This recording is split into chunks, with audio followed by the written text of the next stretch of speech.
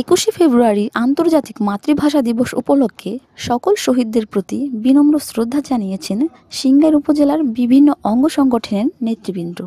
শহীদ রফিকের জন্মস্থান মানিকগঞ্জ জেলার সিংগাইর উপজেলার বলধারা ইউনিয়নে। শহীদ রফিক 1952 সালে ভাষাযুদ্ধে বিজয় ছিনিয়ে এনেছিলেন। আজ আমরা বাংলা ভাষায় কথা বলতে পারি, বাংলা ভাষায় মা বলে ডাকতে পারি। শহীদ রফিক সহ সকল ভাষা শহীদদের প্রতি বিনম্র শ্রদ্ধা জানিয়েছেন বলধারা ইউনিয়নের নেতৃবৃন্দ। মোহাম্মদ ফয়জুল ইসলাম খান ফয়েজ, চেয়ারম্যান সিংগাইর পল্লী বিদ্যুৎ সমিতি, মুস্তাফিজুর রহমান খান মিঠু, জিএস সিংগাইর সরকারি কলেজ, মামুনুর রশিদ মামুন, সভাপতি বলধারা ইউনিয়ন যুবলীগ, বলধারা ইউনিয়ন আওয়ামী লীগের উপপ্রচার সম্পাদক শাকিল আহমেদ গাজী। বলধারা ইউনিয়ন নেতৃবৃন্দ এর প্রাণের দাবি আর জন্মভূমি বলধারা ইউনিয়নের শহীদ রফিকের নামে একটি বিশ্ববিদ্যালয় করা।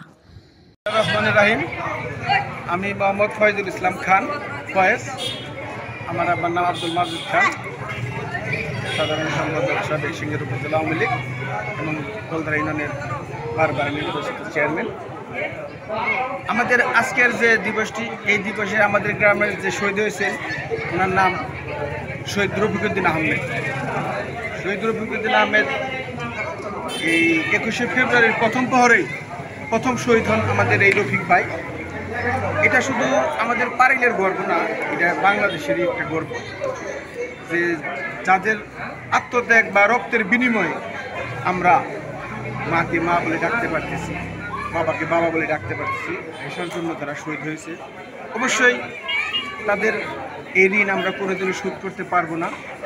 আজকের এই 21শে ফেব্রুয়ারিতে তাদের আত্মার প্রতি বিনম্র শ্রদ্ধা আমার এলাকার পক্ষ থেকে গভীর শ্রদ্ধাঞ্জলি। আমাদের পারিলে জাদুঘর হয়েছে, আমাদের পারিলে শহীদ রফিকুদ্দিনের বাড়ি পর্যন্ত পাকা রাস্তা হয়েছে, এখনও রাস্তার উন্নয়ন কাজ চলছে। সব মিলে আমরা শহীদ রফিক ভাইকে নিয়ে গর্ব করতে পারি।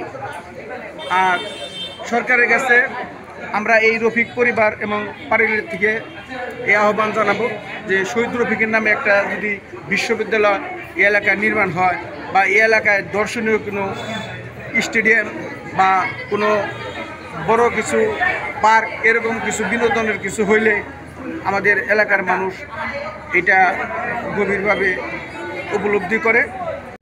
ভালো লাগছে আমার। আমি সিংগাইর সরকারি কলেজের একটা জিএস, আমার দেশ পারিল বলধারা। আমি ভাষা শহীদকে পেয়ে অনেক আনন্দিত।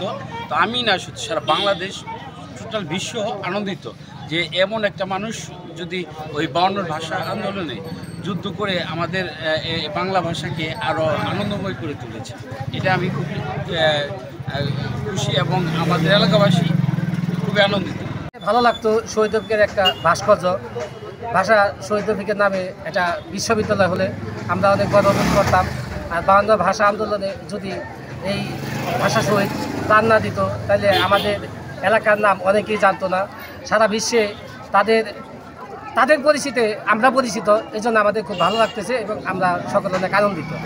এটা আসলে শহীদ রফিকের জন্মস্থান হচ্ছে বলধারা ইউনিয়ন। এখানে শহীদ রফিকের পরিবারের ভাই আছে, ছোটো ভাই বীর মুক্তিযোদ্ধা আব্দুল খুরশেদ আলম।